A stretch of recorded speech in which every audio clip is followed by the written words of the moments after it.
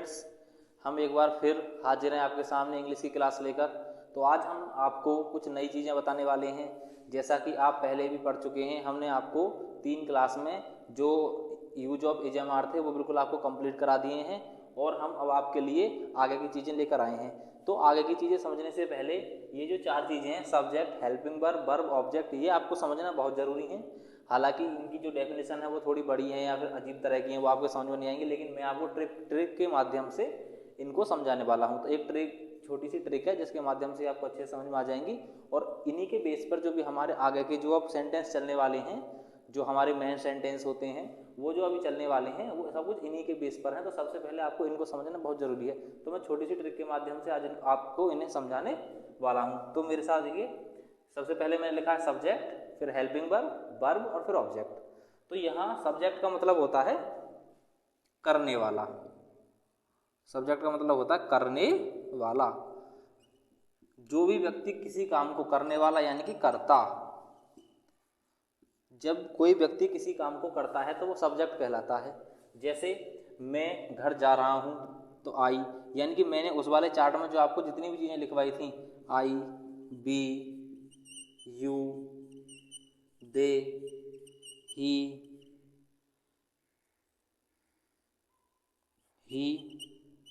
It, ये जो सारी चीज़ें मैंने आपको उस वाले जो चार्ट में लिखवाई थी वो सभी सब्जेक्ट के अंदर आएंगी। और इनके साथ किसी का, यदि किसी का नेम है, नेम, तो किसी का नेम भी सब्जेक्ट के अंदर ही आएगा। तो सब्जेक्ट होता करने वाला। जैसे मैंने खाना खाया, हमने खाना खाया, ये बी है।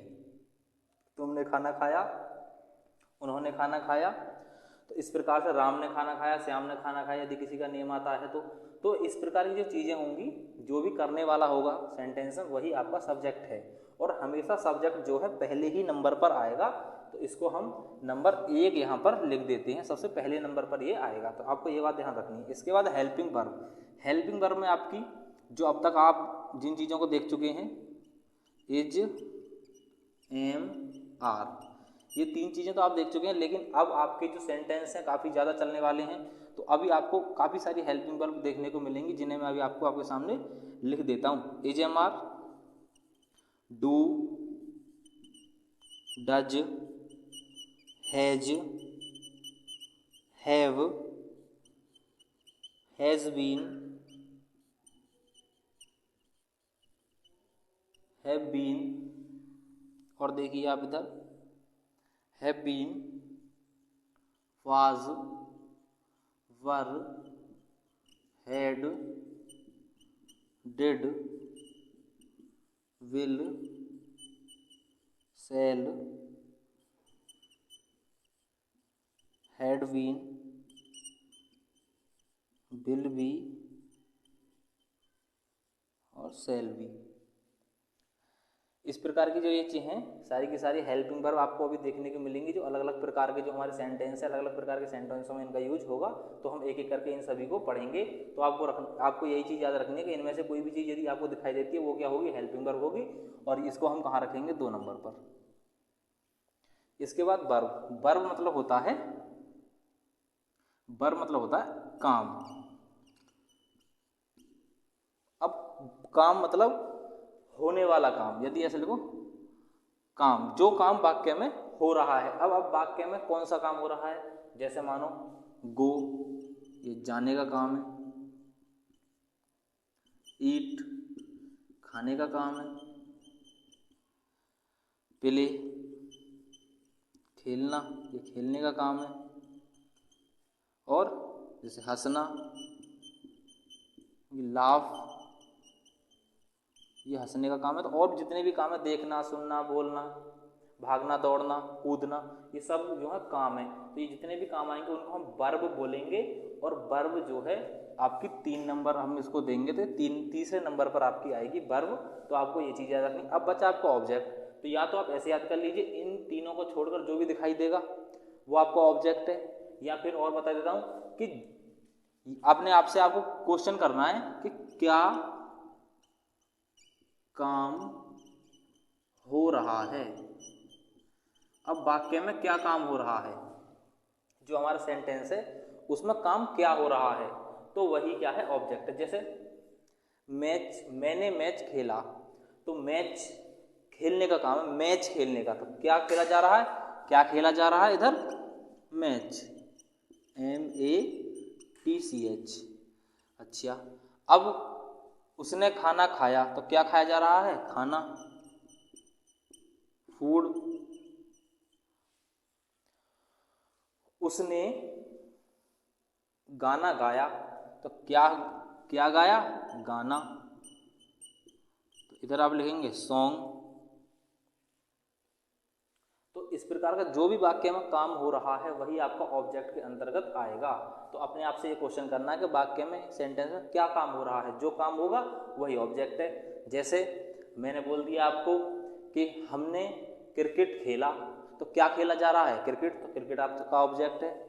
हमने लूडो खेली, तो क्या खेला हमने, लूडो, तो लूडो आपका ऑब्जेक्ट है। तो इसको हम देंगे 4 नंबर। तो मैं आशा करता हूँ ये चीज़ें आपको समझ में आ गई होंगी। आप नोट करना चाहें तो इनको नोट कर लीजिए, मैं इन्हें इरेज कर देता हूँ और फिर आपको मैं आगे बताता हूँ। तो ये हम यहाँ से इन्हें इरेज कर देते हैं।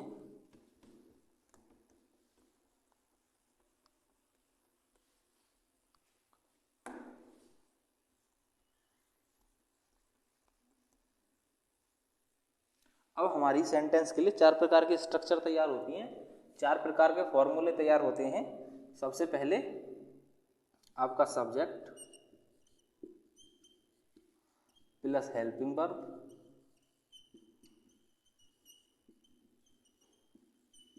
प्लस वर्ब और प्लस ऑब्जेक्ट। ये आपको याद रखना अफर्मेटिव सेंटेंस के लिए, ये सिर्फ अफर्मेटिव सेंटेंस के लिए है। इसके बाद एक प्रकार की स्ट्रक्चर आपको ये बनेगी। अब आपको याद रखना है, यदि वाक्य में शुरू में आपको क्या दिखाई दे, यदि वाक्य में आपको शुरू में क्या दिखाई दे, तो इस स्ट्रक्चर में थोड़ा सा बदलाव हो जाएगा। क्या बदलाव हो जाएगा, ये क्या था, 1 नंबर, 2 नंबर, 3 नंबर और ये 4 नंबर। तो इस वाले स्ट्रक्चर में बस इतना सा बदलाव हो जाएगा कि जो चीज़ 2 नंबर पर है वो पहले आ जाएगी और जो चीज़ पहले नंबर पर है वो 2 नंबर पर चली जाएगी। तो इधर ये वाला हो जाएगा आपका helping verb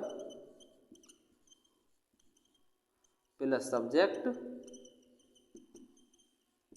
plus verb plus object. तो ये वाली जो स्ट्रक्चर होगी आपकी वो होगी फर्स्ट टाइप इंट्रोगेटिव में, फर्स्ट टाइप इंट्रोगेटिव में ये वाली स्ट्रक्चर हो जाएगी आपकी। तो ये अब 2 नंबर यहाँ आ गया, ये 1, बाकी सब सेम 3 और 4।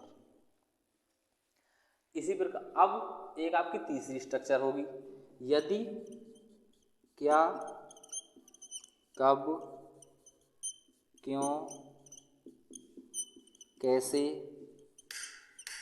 कहाँ, कितना, कितनी, इस प्रकार के जो शब्द हैं यदि वो वाक्य के बीच में आते हैं, वाक्य के यदि वो बीच में आते हैं, बीच में यदि ये वाली चीज़ें बीच में आती हैं, तब इस स्ट्रक्चर में सबसे कुछ बदलाव नहीं होगा। सिर्फ इस शब्द की जो यहाँ पर ये शब्द लिखे हुए इनकी जो इंग्लिश है वो सबसे पहले हो जाएगी। जैसे यदि शुरू में भाई है तो शुरू में भाई आ जाएगा, वाट है बीच में तो ये शुरू बीच वाले वाट की वाट शुरू में आ जाएगा।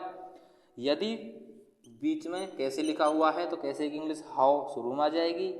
यदि बीच में कितना लिखा हुआ है तो हाउ मैनी उसकी इंग्लिश शुरू में आ जाएगी। यदि बीच में कहाँ लिखा हुआ है तो वेयर उसकी इंग्लिश शुरू में आ जाएगी। इन सब चीज़ों को लगाने के बाद आपका प्लस कोई इनमें से कोई एक ही चीज़ शुरू में आएगी। उसके बाद आपका ये जो फॉर्मूला ऊपर वाला यही सेम रहेगा, helping verb plus subject plus verb और प्लस ऑब्जेक्ट। ऊपर वाला फॉर्मूला ही आपका सेम है। तो ये हो जाएगा आपका वही 2 नंबर, 1 नंबर, 3 नंबर और 4 नंबर। और ये जो हो जाएंगे आपके, ये हो जाएंगे आपके सेकंड टाइप इंटरोगेटिव। इंट्रोगेटिव, ये आपके सेकंड टाइप इंट्रोगेटिव हो जाएंगे। हालांकि मैं इन तीनों को आपको पढ़ा भी चुका हूँ, affirmative, negative, first type interrogative और सेकंड टाइप इंट्रोगेटिव। अच्छा, एक हमारे अब बचे नेगेटिव। तो नेगेटिव में तो कुछ नहीं करना, नेगेटिव का तो सिंपल सा फॉर्मूला है। जो हमारी पहली वाली स्ट्रक्चर है, यदि आपको वाक्य में कहीं नहीं दिखाई देता है तो ये जो 2 नंबर है हेल्पिंग वर्ब, हेल्पिंग वर्ब के तुरंत बाद आपको सिर्फ नॉट ही ऐड करना है, बाकी कुछ नहीं करना है। तो ये तो बहुत सिंपल सी बात है। तो ये आपके 3 स्ट्रक्चर आपको याद रखनी है। पहली अफर्मेटिव के लिए, दूसरी फर्स्ट टाइप इंट्रोगेटिव के लिए और तीसरी सेकंड टाइप इंट्रोगेटिव के लिए। और जो एक और है आपकी नेगेटिव वाली, तो उसमें आपको याद रखना कि फर्स्ट वाली जो हमारी स्ट्रक्चर है उसी के हेल्पिंग वर्ब के तुरंत बाद ही आपको नोट लगा देना है। तो फिलहाल आपको ये जानकारी समझ में आ गई होगी। आज के लिए इतना ही रहने देते हैं। अब इसी के आधार पर जो है आगे के पूरी की पूरी जो इंग्लिश है इन्हीं चीज़ों के ऊपर चलने वाली है। तो इन चीज़ों को आप जो मैंने आज बताया है सही से अपने दिमाग में बैठा लें, वीडियो को बार बार रिवाइंड करके देख लें। यदि आपको कोई चीज़ समझ नहीं आती है तो वो समझ आ जाएगी, क्योंकि जो कुछ है इंग्लिश की यही है।